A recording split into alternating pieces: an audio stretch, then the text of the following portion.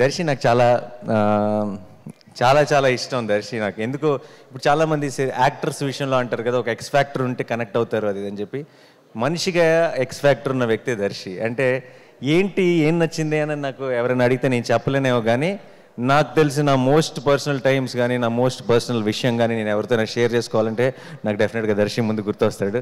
నేను షూటింగ్స్కి వెళ్ళినప్పుడు కొంచెం ఇంట్రోవర్ట్ని.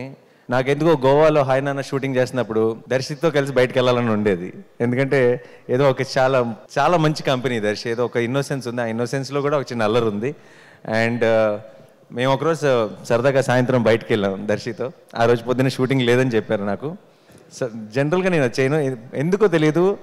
ఆ రోజు పొద్దున్న దాకా సన్ రైజ్ దాకా కూర్చొని కౌరులు చెప్పుకున్నాం, చిన్నపిల్లల బిహేవ్ చేసాం, మధ్యలో పాట ఏదో పెట్టుకుని డ్యాన్స్ కూడా చేసాం ఇద్దరు.